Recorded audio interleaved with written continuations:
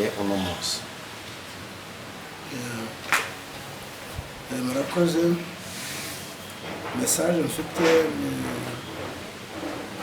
kwezi kwa gatandatu kwashize nubwo hashize amezi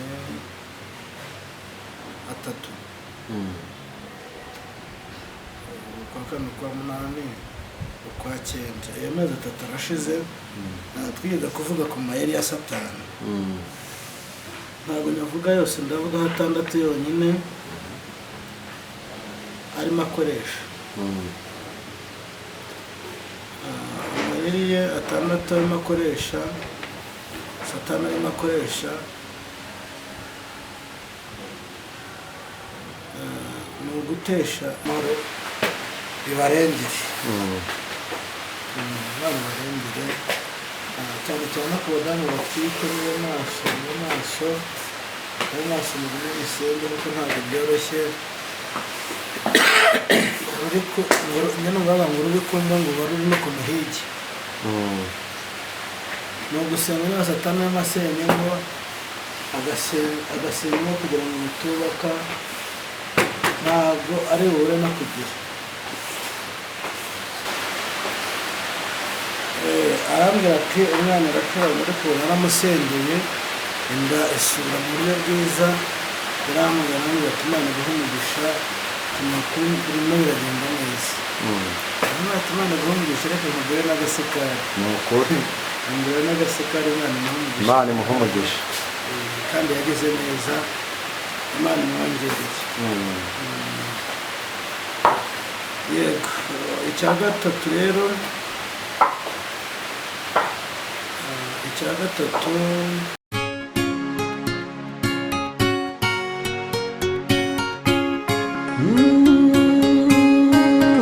Emana we, Yesu we, ingoma yawe ni amamare.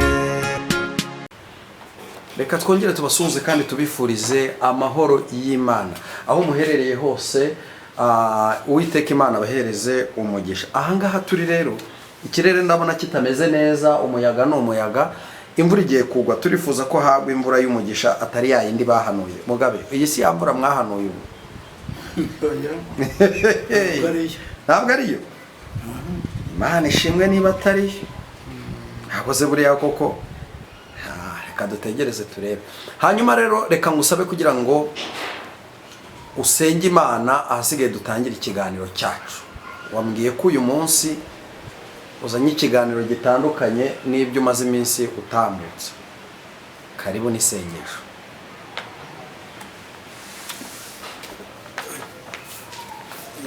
kugira ngo mutese no gusoza inshuti zanjye. Banzu basuhuze. Sorry. Hari ababyeyi banjye mfite hanze, bari mu Bubiligi, abari hehe, hari bashiki banjye mfite bari muri Amerika. Abo bose ndabashuje mu izina rya Yesu, ndetse n'abandi bose bankurikira. Imana ibaha umugisha kandi ndabakunda. Abatanzi rero, amazina yanjye nitwa Mugabe Eric. Ku batanzi ndabifuza kutumenya rero, amazina yanjye nayo ngayo, kandi n'abadukunda badukurikira n'abo tuziranye n'abo tutaziranye, Imana amahoro ibaha umugisha. Cyane cyane n'abo maze iminsi sengera bafite uburwayi. Nk'ubu hari umubyeyi mperutse kujya gusengera ejo bundi, mperutse kugira ku musozi. Bimwe bava ngo nta gusengera ku musozi, ngo si ubutayu buri hehe. Ntabwo ubutayu ari uguhurira mu bantu benshi, nawe wakifata ukagenda ukicara ahantu mu ishyamba ugahamagara Imana yawe. Kwicara ahantu mu ishyamba ugasenga, niba hari icyifuzo, niba ufite icyifuzo ahubwo ngiye gusengera Pasikari. Nkagenda nkasengera Pasikari nkamusengera, namara kumusengera Imana ikambwira ati ndamushubije. Kigenda haguruka nkitahira. Hari abantu rero maze iminsi nsengera, hari amaze igihe nsengera, abenshi ndumva barakize, abampaye ubuhamya, abanyuje amavoyisi, bampaye ubuhamya benshi bakize, ndetse n'abatarakira nabo ariko ntabwo abantu bose bampaye ubuhamya, abantu batarakira ntabwo barenga 3 baguhaye icyifuzo, bampaye ibyifuzo ntabwo barenga 3. nabo rero bihangane, Imana igiye kubakiza mu izina rya Yesu. amen. hari umuntu urwaye cyane, nawe ndamusengera, ejo namukoreye amasengesho. Ndizera rero ko Imana yabikoze, kuko ubu tuvugana amaze kunyandikira ambwira ko ikintu cyari cyaramugaraje mu nda cyamufungaga kimaze kugenda. Imana ishimwe rero ko irimo ikora imirimo n'ibitangaza. Kandi ndumva rero namuhaye umunsi w'uyu munsi ko icyo kintu ari batakicyumva. Shima Imana rero ko cyagiye. Amen. Ntabwo icyubahiro. Ndabasuhuje rero inshuti zanjye, abasengera bampaye ibyifuzo mwese, Imana ibahe umugisha kandi mukomere mwihangane, muzakira. Muzakira rwose, muhumure, Imana izabigenza neza. Amen. Reka dusengera, nabasuhuzaga. Reka dusenge mu izina rya Yesu. Mana nziza, Imana idukunda, Imana y'urukundo, turagushimye, turaguhimbaje, tugushimiye kugira neza, tugushimiye ko ujya uturinda ukaduhagararaho, icyubahiro n'ikibi cyawe. Urakoze rero kubanye natwe, urakoze ko tuduhagazeho, urakoze kuko uri mu gukiza abarwayi ndimo nsengera, urakoze kuko uri mu gukiza ababyeyi ndimo nsengera, urakoze kuko urimo wubaka ingo zabo ndimo nsengera. Mu izina rya Yesu Kristo twumve kandi tugire neza, turasenga kandi tubizeye kuri kumwe natwe mu izina ryawe ryera. Amen. Urakoze cyane kubw'isengesho ryiza uduhaye. Hanyuma uyu munsi none wambwiye ko ufite ikiganiro cyangwa se ufite ibyo ugomba guhishura abantu bakamenya ibyo barwana nabyo ibyari byo. Nabonye ufite igipapuro kinini mu ntoki zawe, reka nguhereze umwanya utugezeho message watuzaniye uno munsi. Murakoze. Message mfite ni kwezi kwa gatandatu kwashize, nubwo hashize amezi 3. Kwa kane, kwa munani, ukwa cyenda, ayo mezi 3 arashize. Twiga kuvuga ku mayeri ya Satani. Ntabwo navuga yose, ndavuga 6 yonyine arimo akoresha. Amayeri ye 6 arimo akoresha, Satani arimo akoresha, ni ugutesha agaciro, abantu. Satani akagutesha agaciro, umugabo w'umunyacyubahiro ahubwo ati genda wake inguzanyo ukagenda ukayaka, ejo ugasanga ubuze byo kwishyura, akaza ugasanga gutera cyamunara, ugasanga wari umuntu wiyubashye, ugasanga urahavuye uragiye, wimutse aho wari uri, wimukanye abana. Aya yose ni amayeri ya Satani. Abantu bige gusenga, abantu bamenye ubwenge, bamenye ibyo Satani akoresha. Ikindi ni ukuba ufite nka diporome, warize, wararangije kaminuza, wararangije kuyiga, mbese byose wararangije kwiga, ariko diporome uraje wayiryamishije, umaze imyaka 10 nta kazi ufite, kabone niyo yaba umwaka rero urugero muri munini, niyo yaba amezi. Icyo gihe rero ayo yose ni amayeri ya Satani aba akoresha, ariko abantu benshi batagize gute, batazi. Afite amayeri menshi cyane. Rero niyo 6 tugiye kuvugaho. Kuba wakiga ukarangiza ukabona diporome ariko ntubona akazi. Ukiga ukarangiza ariko ntubona akazi, ufite diporome. Hari abantu ndusha akazi kandi bize. Ni ukuri. Akazi kanjye ni ugukora umurimo w'Imana. Akazi kanjye ni ugusengera abantu, kuko nzi ko nzagororerwa. Nzagororerwa pe. Ese niba nsenga abantu bakantunga, ndaganuzwe n'abantu. N'Imana. Utunzwe n'Imana iciye mu bantu. Ese ugira ngo abantu batekereza bakavuga bati Mugabe tugomba kumugurira isukari, Mugabe tugomba kumukorera iki, urumva ko njye mfite akazi. yego Mfite akazi, Imana yampaye akazi ndayishima. Urumva ko wandi wize ntambuta, yego ntambuta ateze, agakuruta diporome yarayubitse ariko ngiyange irimo irakora. yego Niyo mpamvu rero bamubwira nti kanguka usenge cyane kugira ngo Imana igire ite, Imana igucire inzira iyo diporome yawe ibona akazi mu izina rya Yesu. Bongera kwibutsa abantu badafite akazi, muri maso musenge, muhamagare kuri ya nimero dusenge, muhamagare kuri ya nimero dusenge, dufate umwanya dusenge kugira ngo Imana igire ite, Imana iturengere. Muri maso rero dusenge, amarira sitani ni menshi ariko ngiye kuvuga kuri aya ngaya 6 gusa akomeye cyane anyuzamo akaguca intege, bakubwira ati genda ujya kudepoza ahangaha, bakumva biragutwara amatike, ukaba tubona depojeje Nyagatare, na depoje Kirehe, ubwo na depoje Muhanga, ubwo na depoje Rusizi, ubwo na depoje Bugesera. Ibyo birahagije. yarangiza Kigali bahamagara ukumva ko utagiye tugenda depoje reka ntegereze, kandi ntuzi ko Satani yagize ati yakoresheje ya mayeri ye nta kazi, mbese ukicara ugahagarara kuri rya jambo kuko umwami Imana azanaba nicyo gituma ntamwara.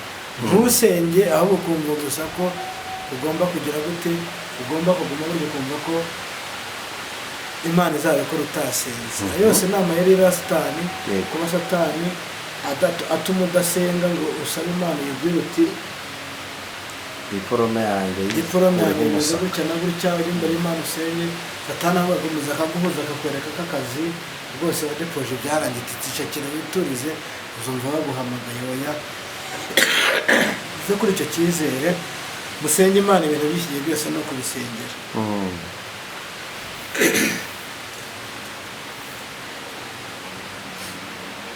Ibintu ni ukubisengera kugira ngo Imana ibigenze neza. Ndatekereza ko uri mu mujyi wa Kigali cyangwa uri muri iki gihugu cyacu cy'u Rwanda, ugafata diporome ukayizana ukaza tukayisengera, nzi ko utabura akazi. yego Nzi ko utabura akazi rwose.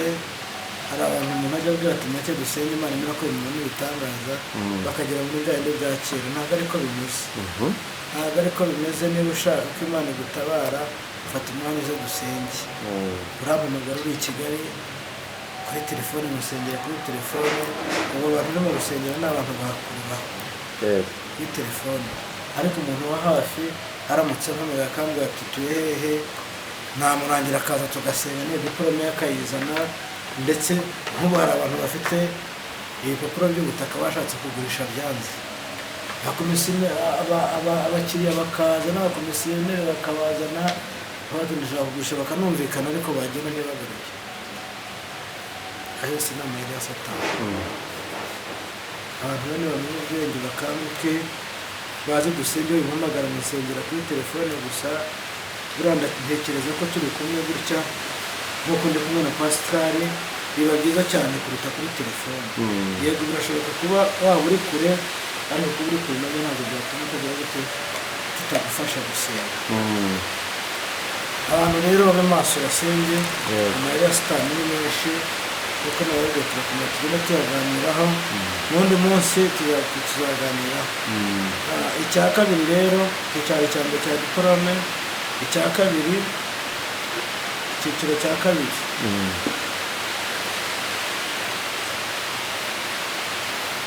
nicyo gusenya. Satani amasenya ingo z'abantu bubatse ingo. Satani amarasenya ingo z'abantu bubatse ingo, agahera ku mugore cyangwa agahera ku mugabo, asenya. Agashaka umugore umukunda, ariko mwagera mu gihe cyo kubyara, yabyara rimwe yabyara kabiri, umugabo atangira kubona nk'icyo atazi, yareba akabona yaribeshye. Ibi byose ni Satani biteza. Umugore yareba akabona ko umugabo yashatse yibeshye, yamushatse afite imitungo ishinja bati ndagutaye. Bibaho abagore bato abagabo. naho kumbe ni satani yamwinjiye. Satani akakureba akavuga ati dore umugabo nta kintu agifite, mureke genda, cyangwa se umugabo ati reka nanjye nkute kuko ndabona ntacyo uteze kungezaho, mbese ntabwo byoroshye. Amayirasitani ni menshi. Abantu rero mwubatse ingo mube maso musenge, birakomeye. Satani amaraga ibitero ku bantu bubatse rwose mube maso. Abantu bubatse mushishoze, mube maso musenge kuko ni urugamba rutoroshye, ni urugamba rukomeye cyane, ariko abantu mube maso mukomere musenge, mumenye ko ibiduhiga ari byinshi. Imana y'amahoro rero ibahe kugira umwete wo gusenga, ibahe gukomera, ibahe kwizera, naho waba ubanye n'umugabo naho wabanye n'umugore, ukumva ko Imana ari ishoboye, igomba guhindura byose. Mube maso rero musenge kuko Satani yamaraga ibitero ku ngo zubatswe. Mube maso kuko ntabwo byoroshye, birakomeye. Imana y'amahoro ibarengere, cyane cyane ku badamu batwite. Mube maso mu gihe musenge kuko ntabwo byoroshye. Uri kumva ngo bari no ku muhigi, ni ugusenga niba Satani y'amasenye ngo agasenga kugira ngo mutubaka, ntabwo ari bubure no kugira,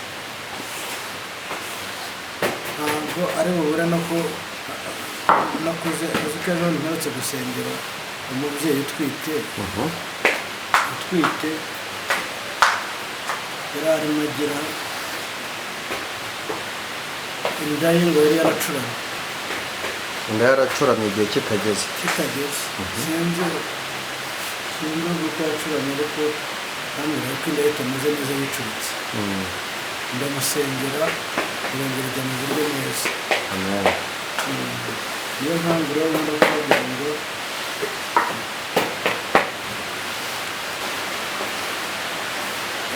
arambwira ati umwana aracuramye, ariko naramusengeye inda isubira mu buryo bwiza. Biramugana ngo ati Imana iguhe umugisha, urimo biragenda neza. Imana iguhe umugisha, reka nkugure n'agasekari. Ni ukuri. Ngure n'agasekari, Imana imuhe umugisha. Kandi yagize neza, Imana imwongereye. Yego, icya gatatu rero, icya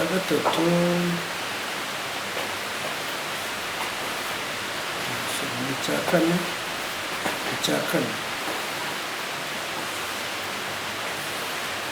hari igihe andi mayeri ya Satani. Icya kane, amayeri ya Satani yagiye upanga imishinga, bya bine ngo ni uguhora mu mishinga udashira. Ugasanga umuntu aravuga ngiye kuzubaka yanjye mu Bugesera, naguzeho ikibanza, mfite ikindi Rwamagana, mfite ikindi Muhanga, mfite ikindi ntuze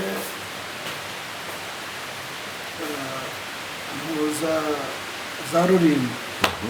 Uti nzubaka, ugahora muri nzubaka, ariko reka da bikarangira ari ibice. Nta mishinga mu bishirira. Nushaka gusenga Imana, aya niyo mayeri ya Satani. Satani akaguhuza ugahera muri ibyo gusa, nzubaka, reka da. Ugashanga umuntu afite inganda, arakorera imisoro gusa, cyokora no kurya mu rugo ntabure icyo barya, wenda n'inzu ntabure ayo yishyura, kandi ugasanga umuntu afite uruganda agatahira ibyo gusa, akaba atagira ikibazo kimutunguye ngo abone amafaranga. kandi hari aho satani yagutegeye wowe utazi no gusenga ntusenga, uragenda wagera mu rugo ugahirima nk'igiti, wireba mu kazi wananiwe wagize ute, wagera mu rugo ukagenda ugahirima, uzi ko ari uguhirima, uri umuntu uryama udasenze abahirimye, ni nko guhirima, ni uguhirima. Ibyo byose rero nibyo satani aguciramo intege, satani aguca intege ukagira ngo rero hari ikindi, ariko yose ni amayeri. Gupanga imishinga ni byiza no kuyisoza ni byiza, ariko bigashaka gusenga Imana kugira ngo Imana ikuyobore. Imana ikuyobore, uri ubuyo abayoborwa n'umwuka, nibo bana b'Imana. Niba uyoborwa n'umwuka, umwuka kuyobora, bagutegeka gusenga ugasenga, bagutegeka kubwira abantu iby'Imana gutumye ukababwira. Aba ngabo ntabwo satani apfa kumuriganya, ntabwo satani apfa kumuriganya. Niyo mpamvu rero abantu bakwiye kuba maso, tugasenga, tukareka guhebera muri iyo mishinga. Ubundi nta mishinga ntayo, abantu nibareke dusenge, abantu turi maso dusenge. Naho imishinga utegura utabanje gusenga Imana, satani arakuriganya, kandi nakuriganya uzavuga uti ubundi Imana ibaheye. Bantu usenge, ibyo ukora byose usenge, nutegura gukora ikintu gisengere, nutegura kugira aho ujya usenge, kugira ngo satani atagira atakuriganya. Panga imishinga ariko unasenge, kuko nupanga imishinga satani akakuriganya, imishinga yawe ntisohore, imishinga yawe ntikunde. Satani nayo niyo mayeri ya satani. Imana ibahe umugisha rero. Tugiye ku cya gatanu.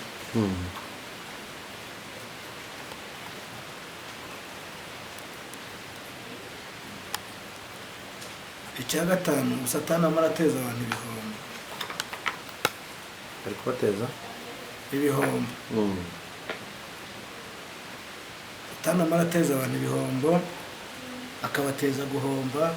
Ugasanga umuntu aracuruza arahombye, ntazi icyamuhombeje, ntazi byagenze bite, kandi akora nk'abandi, arangura nk'abandi.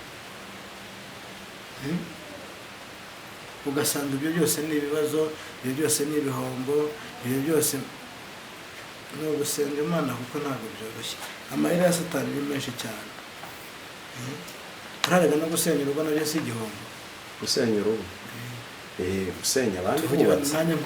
Nkaba nubatse ariko ngatandukana n'umugore wanjye, kandi ntacyo mupfuye kigaragara. Ntacyo mupfuye, ibyo byose ni ibihombo.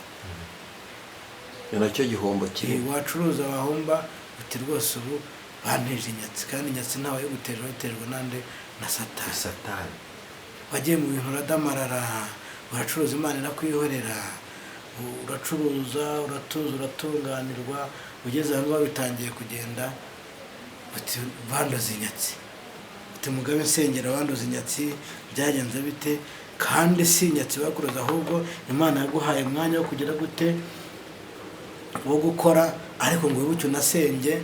Satani iraguteza ya mayeri yo kugira gute, yo kudasenga. None atangiye kuguhombya. Uzavuga ko ari Imana yaguhombeje? Uzavuga ngo ni inyatsi se, ngo ndwaye inyatsi, bandoze inyatsi? Nta nyatsi ya mbere ibaho no kudasenga. Nusenga ntabwo inyatsi uzahura nayo. Senga Imana, usenga Imana, ube hafi y'Imana, nawe zigira ite ikugire neza. Imana ukureho ibyo bihombo. Hajya Imana yabishaka kwigarukira ukaba wariraye, garukira aho ngaho rero. Imana iduhana umugisha. Amen. Reka tujye ku cya gatandatu rero, ariyo mayeri ya gatandatu satani ateza. Iya gatandatu. Iya gatandatu ni amakimbirane. Ikintu gikomeye. Ni amakimbirane, ugasanga uravukana n'abantu, ugasanga abantu muvukana ntawe mwumvikana, ahantu umuntu munsi ibere rimwe, ugasanga ntimuhuza.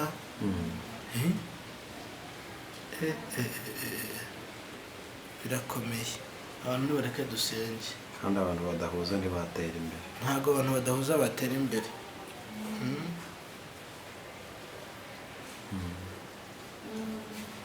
Amakimbirane si meza, haba mu ngo haba mu miryango.